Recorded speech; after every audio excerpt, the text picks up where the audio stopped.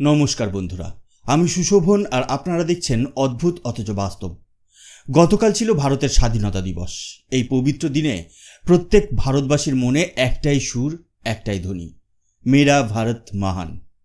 गतकाल आमरा सेई सब वीर सेनानीदेर स्मरण करेছি যাদের आत्मत्यागের বিনিময়ে 1947 সালে আমরা ব্রিটিশ শাসনের থেকে মুক্তি পেয়েছিলাম। কিন্তু বন্ধুরা, একবার গভীরভাবে ভেবে দেখুন তো, এই স্বাধীনতার আসল অর্থ কি? শুধু কি একটি নির্দিষ্ট দিনে পতাকা উত্তোলন করা, নাকি ব্রিটিশদের থেকে রাজনৈতিক মুক্তি পাওয়াই স্বাধীনতা? আমার মতে আসল স্বাধীনতা বা প্রকৃত স্বরাজ হলো আত্মনির্ভরতা। সেই স্বাধীনতা যেখানে আমাদের দেশকে কোনো ছোট বা বড় সিদ্ধান্তের জন্য অন্য কোনো সুপার পাওয়ারের মুখের দিকে তাকিয়ে থাকতে হয় না। সেই স্বাধীনতা যেখানে আমরা আমাদের দেশের ভবিষ্যৎ নিজেদের হাতে লিখি, অন্যদের শর্তে লিখি না।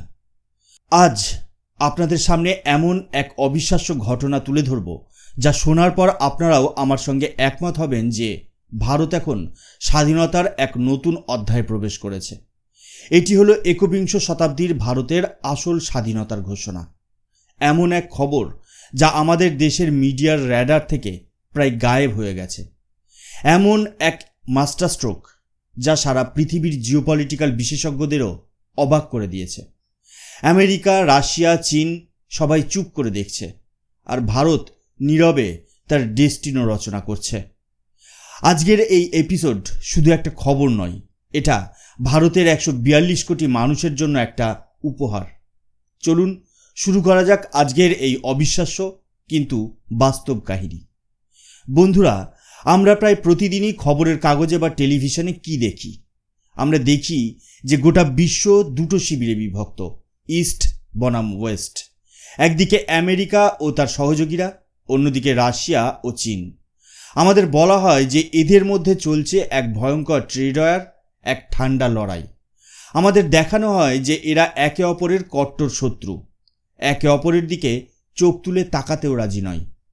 কিন্তু আমি যদি বলি এই পুরো ঘটনাটা একটা সাজানো নাটক। ক্যামেরার সামনে নেতারা একে অপরকে হুমকি দেন, কিন্তু ক্যামেরার পেছনে ব্যাক স্টেজে চলে এক বিশাল অঙ্কের ব্যবসা। এটা অদ্ভুত শোনালেও এটাই বাস্তব। আপনারা কি জানেন যে রাশিয়া আমেরিকার উপর এত নিষেধাজ্ঞা সত্ত্বেও আজও আমেরিকাকে ইউরেনিয়াম এক্সপোর্ট করছে? হ্যাঁ, আমেরিকার নিউক্লিয়ার পাওয়ার প্ল্যান্টগুলো রাশিয়ার ইউরেনিয়ামের উপর অনেকটাই নির্ভরশীল। যে ইউরোপ রাশিয়ার বিরুদ্ধে গলা ফাটায়, সেই ইউরোপের ঘর গরম থাকে রাশিয়ার গ্যাসেই। চীনের সঙ্গে আমেরিকার সম্পর্ক তলানিতে, কিন্তু আজও চীনের সবচেয়ে বড় গ্রাহক হলো আমেরিকা। তার মানে কি দাঁড়ালো? এই শত্রুতা, এই লড়াই এর অনেকটাই হলো এক জিওপলিটিক্যাল থ্রেট। সাধারণ মানুষকে দেখানোর জন্য একটা নাটক মঞ্চস্থ করা হয়, কিন্তু পর্দার আড়ালে সবাই নিজেদের স্বার্থ সিদ্ধিতে ব্যস্ত। আমাদের নাটকের দর্শক বানিয়ে রাখা হয়েছে বছরের পর বছর ধরে। আর এই নাটকের মধ্যে ভারত কোথায় ছিল? 2014 সালের আগে পর্যন্ত ভারত ছিল একজন নীরব দর্শক, একজন ভীত সন্ত্রস্ত দেশ যাকে প্রতিটি পদক্ষেপ ফেলার আগে তথাকথিত সুপার পাওয়ারদের থেকে অনুমতি নিতে হতো। আমরা কোথা থেকে তেল কিনবো, আমরা কোন দেশ থেকে ইউরেনিয়াম আনবো, কি দামে আনবো, কোন কারেন্সিতে পেমেন্ট করব, সব কিছু নিয়ন্ত্রিত হতো ওয়াশিংটন বা মস্কো থেকে। আমাদের নিজেদের শক্তি থাকা সত্ত্বেও আমরা ছিলাম পরাধীন। কিন্তু আজ পরিস্থিতি বদলেছে। ভারত এখন আর দর্শক নয়, ভারত নিজেই এই খেলার নিয়ম তৈরি করছে। আর সেই নিয়ম বানানোর সবচেয়ে বড় পদক্ষেপটি ভারত নিয়েছে মধ্য এশিয়ায়, যা আজকের আলোচনার মূল কেন্দ্রবিন্দু। এতক্ষণ যা বললাম তা ছিল প্রেক্ষাপট। এবার আসুন আসল খবরে। সম্প্রতি ভারত মধ্য এশিয়ার দেশ উজবেকিস্তানের সাথে এমন একটি চুক্তি করেছে যা ভারতের পারমাণবিক শক্তি বা নিউক্লিয়ার এনার্জির ভবিষ্যৎ চিরদিনের জন্য বদলে দেবে। আপনারা হয়তো জানেন, ভারতের নিউক্লিয়ার পাওয়ার প্ল্যান্ট চালানোর জন্য আমাদের ইউরেনিয়ামের প্রয়োজন হয়, যা আমরা মূলত বিদেশ থেকে আমদানি করি। এতদিন আমাদের সবচেয়ে বড় দুটি উৎস ছিল কাজাখস্তান এবং কানাডা। আমরা এই দুটি দেশ থেকে বছরে প্রায় 1000 মেট্রিক টন করে ইউরেনিয়াম আমদানি করতাম। কিন্তু এবার আসল গেম চেঞ্জার হলো উজবেকিস্তান। ভারত সরকার উজবেকিস্তানের সাথে যে নতুন স্ট্র্যাটেজিক পার্টনারশিপ করেছে, সেই অনুযায়ী ভারত সেখান থেকে বছরে 9000 মেট্রিক টন ইউরেনিয়াম আমদানি করবে। হ্যাঁ, আপনারা ঠিকই শুনেছেন, 9,000 মেট্রিক টন। অর্থাৎ কাজাখস্তান আর কানাডা থেকে মোট যা আমদানি হয় তার প্রায় 4 গুণেরও বেশি একা উজবেকিস্তান আমাদের দেবে। এই বস্তুটি, যাকে ইয়েলো কেক বলা হয়, এটি হলো আমাদের নিউক্লিয়ার চুল্লির জ্বালানি। এই একটি ডিল ভারতের আগামী কয়েক দশকের এনার্জি সিকিউরিটি নিশ্চিত করে দিয়েছে। আমরা 2035 সাল পর্যন্ত একটি লং টার্ম প্রাইসিং এগ্রিমেন্ট করেছি, যার ফলে বিশ্ববাজারে ইউরেনিয়ামের দাম বাড়লেও ভারতের উপর তার কোনো প্রভাব পড়বে না। সবচেয়ে আশ্চর্যের বিষয় কি জানেন? কাজাখস্তান হলো বিশ্বের বৃহত্তম ইউরেনিয়াম উৎপাদক দেশ। সারা বিশ্বের প্রায় 43% ইউরেনিয়াম একা এই দেশ উৎপাদন করে থাকে। আর মধ্য এশিয়ায় এই পুরো অঞ্চলটিকে চীন তার নিজের সম্পত্তি বলে মনে করে। চীন এখানকার সমস্ত সম্পদে একচেটিয়া অধিকার প্রতিষ্ঠা করতে চেয়েছিল, কিন্তু ভারত সেখানে গিয়ে বড় একটা ডিল করে নিল। আর চীন, আমেরিকা বা রাশিয়া কেউই কোনো আপত্তি জানালো না, কেউ একটা শব্দও উচ্চারণ করলো না। এটাই হলো ভারতের নতুন কূটনীতি, যেখানে আমরা যা করি সাহসের সাথে করি এবং বিশ্ব তা মেনে নিতে বাধ্য হয়। আমরা এখন আর পারমিশন চাই না, আমরা আমাদের সিদ্ধান্ত ঘোষণা করি। বন্ধুরা, এবারে যে কথাটা আমি বলতে যাচ্ছি সেটা হয়তো আপনাকে চমকে দেবে। উজবেকিস্তান থেকে এই বিপুল পরিমাণ ইউরেনিয়াম ভারতে আসবে কিভাবে? সবচেয়ে সহজ এবং সস্তা রাস্তাটি হলো আফগানিস্তান এবং পাকিস্তান অধিকৃত কাশ্মীর বা পিওকে হয়ে। এখনও পর্যন্ত সরকারিভাবে কোনো রাস্তার কথা ঘোষণা করা হয়নি, কিন্তু জিওপলিটিক্যাল বিশেষজ্ঞরা মনে করছেন যে এই চুক্তি তখনই অর্থপূর্ণ হয় যখন ভারত পিওকের ওপর নিজের নিয়ন্ত্রণ প্রতিষ্ঠা করার বিষয়ে আত্মবিশ্বাসী থাকে। শুধু ইউরেনিয়াম নয়, তুর্কমেনিস্তান থেকে গ্যাস আনার জন্য টিএপিআই পাইপলাইনের কথা চলছে। সেই পাইপলাইনও পিওকের মধ্যে দিয়েই আসার কথা। ভারত ইতিমধ্যেই গুজরাট থেকে কাশ্মীর পর্যন্ত পাইপলাইন বসানোর কাজ শুরু করে দিয়েছে। এই পদক্ষেপগুলো কি ইঙ্গিত দিচ্ছে? এটা স্পষ্ট ইঙ্গিত দিচ্ছে যে ভারত সরকার পিওকেকে ভারতের অবিচ্ছেদ্য অংশ হিসেবে ফিরিয়ে আনার জন্য একটি দীর্ঘমেয়াদী পরিকল্পনা নিয়ে এগোচ্ছে। যে কাজটা এতদিন অসম্ভব বলে মনে হতো, আজ সেটাকেই বাস্তবায়িত করার পথ তৈরি হচ্ছে।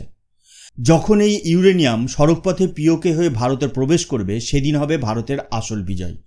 সেদিন আমরা শুধু শক্তিক্ষেত্রেই নয়, ভৌগোলিকভাবেও আত্মনির্ভর হব। আপনারা হয়তো ভাবছেন যে ভারত শুধু ইউরেনিয়াম কিনছে। না বন্ধুরা, আসল মাস্টার স্ট্রোকটা অন্য জায়গায়। জুন 2025-এ নয়াদিল্লিতে ভারত মধ্য এশিয়া সংলাপ বা ইন্ডিয়া সেন্ট্রাল এশিয়া ডায়ালগের 4র্থ সংস্করণ অনুষ্ঠিত হয়।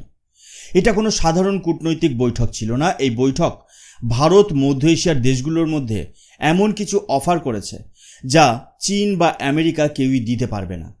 প্রথমত, ভারত এই দেশগুলোকে তার ডিজিটাল পাবলিক ইনফ্রাস্ট্রাকচার অফার করেছে। অর্থাৎ আমাদের দেশে যে ইউপিআই পেমেন্ট সিস্টেম, আধার কার্ডের মতো ডিজিটাল পরিকাঠামো তৈরি হয়েছে, সেই প্রযুক্তি আমরা মধ্য এশিয়ার দেশগুলোকে দিতে চেয়েছি। এর ফলে কি হবে? এই দেশগুলো ভারতের ডিজিটাল সিস্টেমের উপর নির্ভরশীল হয়ে পড়বে, যা আমাদের লং টার্ম স্ট্র্যাটেজিক পার্টনার করে তুলবে। চীন তাদের প্রযুক্তি দিতে ভয় পায়, কারণ তাদের ডেটা চুরির ভয় থাকে। কিন্তু ভারত গণতান্ত্রিক এবং বিশ্বাসযোগ্য ভাবমূর্তির কারণে সবাই আমাদের প্রযুক্তি গ্রহণ করতে আগ্রহী। দ্বিতীয়ত, আমরা এই দেশগুলোকে বলেছি যে পেমেন্ট হবে ভারতীয় রুপিতে। এর মানে হলো আমাদের ডলারের উপর নির্ভরতা কমবে এবং ভারতীয় মুদ্রা আন্তর্জাতিক স্তরে আরও শক্তিশালী হবে। তৃতীয়ত, ভারত দক্ষিণ নামে একটি global south centre of excellence তৈরি করেছে। এর মাধ্যমে আমরা আমাদের উন্নয়নের অভিজ্ঞতা, আমাদের প্রযুক্তি, আমাদের আইটি সেক্টরের জ্ঞান সব কিছু এই দেশগুলোর সাথে শেয়ার করছি। আমরা তাদের মাছ দিচ্ছি না, মাছ ধরতে শেখাচ্ছি। চতুর্থত, আমরা তাদের সাথে জয়েন্ট মাইনিংয়ের প্রস্তাব দিয়েছি।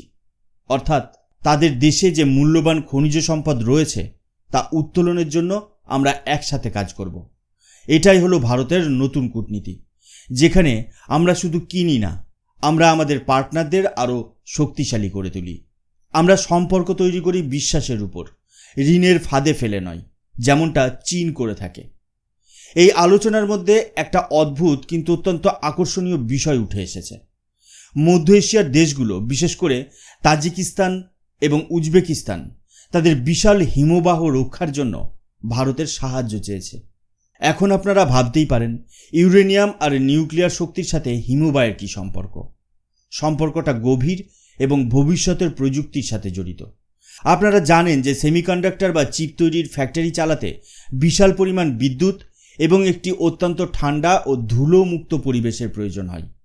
হিমবাহের কাছাকাছি অঞ্চলে এই দুটি শর্তই পূরণ হয়। সেখানে প্রাকৃতিকভাবেই ঠান্ডা পরিবেশ থাকে এবং জলবিদ্যুৎ উৎপাদনের অফুরন্ত সুযোগ রয়েছে।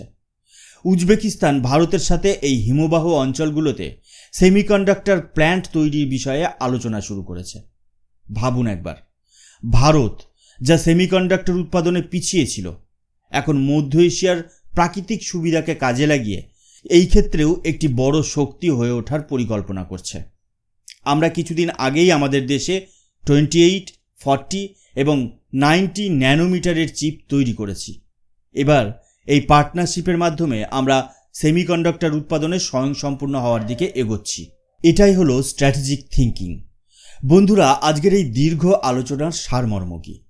সারমর্ম হলো, ভারত এখন সত্যিকারের স্বাধীন।